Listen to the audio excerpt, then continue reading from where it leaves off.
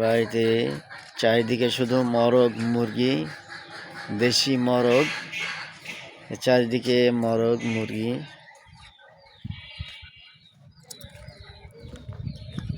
দেশি স্বাদের অনন্য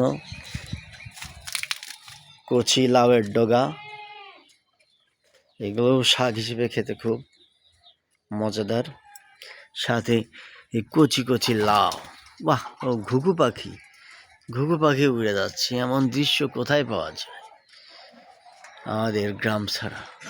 বাংলাদেশের প্রত্যেকটা গ্রামই বা সবার কাছে খুবই প্রিয়।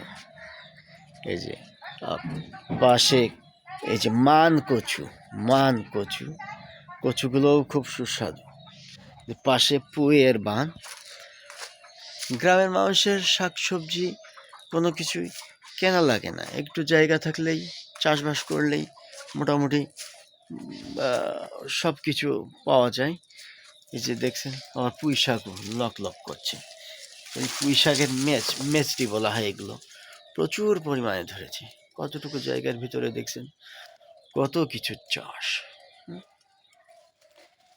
পুঁই শাক, পুঁইয়ের বীজ বা আমরা মেচটি বলি স্থানীয়ভাবে, প্রচুর ধরেছে। পাশে কচু আবার পাশে লাউ, কি সুন্দর লাউ! লাউগুলো দেখলেই মনে হচ্ছে যে কাঁচাই খেয়ে ফেলবে।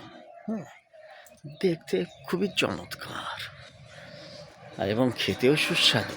দেখছেন অনেকগুলো ধরেছে, আমার ভিতরেও আছে।